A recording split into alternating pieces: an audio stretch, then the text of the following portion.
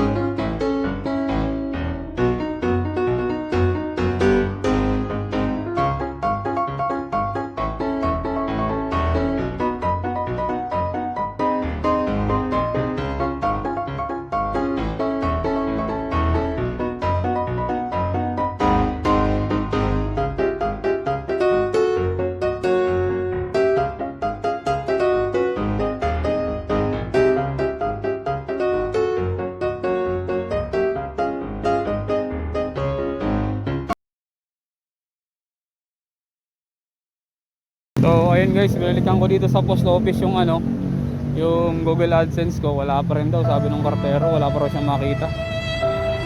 So siguro nagtatanong na lang ako kung paano yung next step na gagawin. Kasi lagpas na siya sa 4 weeks. Eh nakalagay doon sa email, dapat ma-receive ko na yon, 2 to 4 weeks dapat makuha ko na. Sabi ng kartero wala pa daw. So yun lang muna guys. So yun guys, binalikan ko yung kartero doon sa sa post office. Chinek niya yung wala pa rin akong daw doon, wala pa rin daw yung Google AdSense ko doon. So bali ang ginawa ko, kasi lagpas na sa 4 weeks, nag-request na lang ulit ako ng ng panibagong pin.